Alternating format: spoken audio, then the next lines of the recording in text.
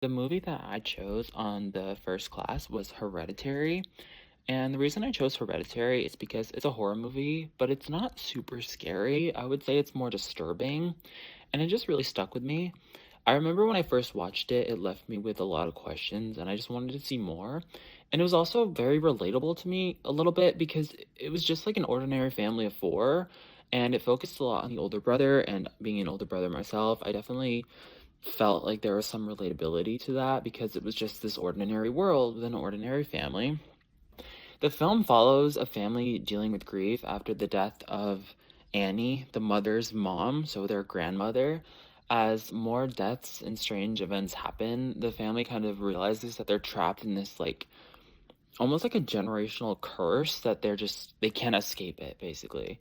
And this curse is kind of brought to them by sort of this cult that involves their family and the older generations of their family that worships a supernatural demon of sorts. The movie doesn't focus too heavily on that. We kind of get that revealed at the end.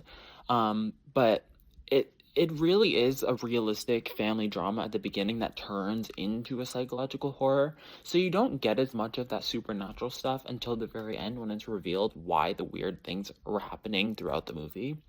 One of the biggest themes of this movie, I would say, is that suppressing grief only allows it to kind of fester inside of you and worsen over time.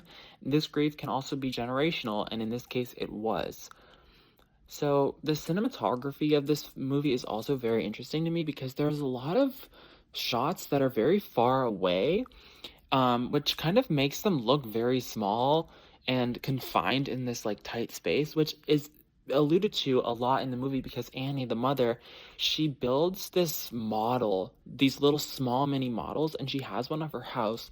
And as her mental health worsens and her coping mechanisms worsen, she starts to build models of her dead daughter in the way that she died, which was decapitation, and she makes a model of the decapitated head.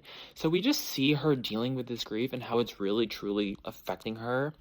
And I feel like these shots really make them feel like they're being watched. It makes it feel very eerie. It makes it feel very ominous. It makes it feel like everything they're doing is planned out by someone somewhere.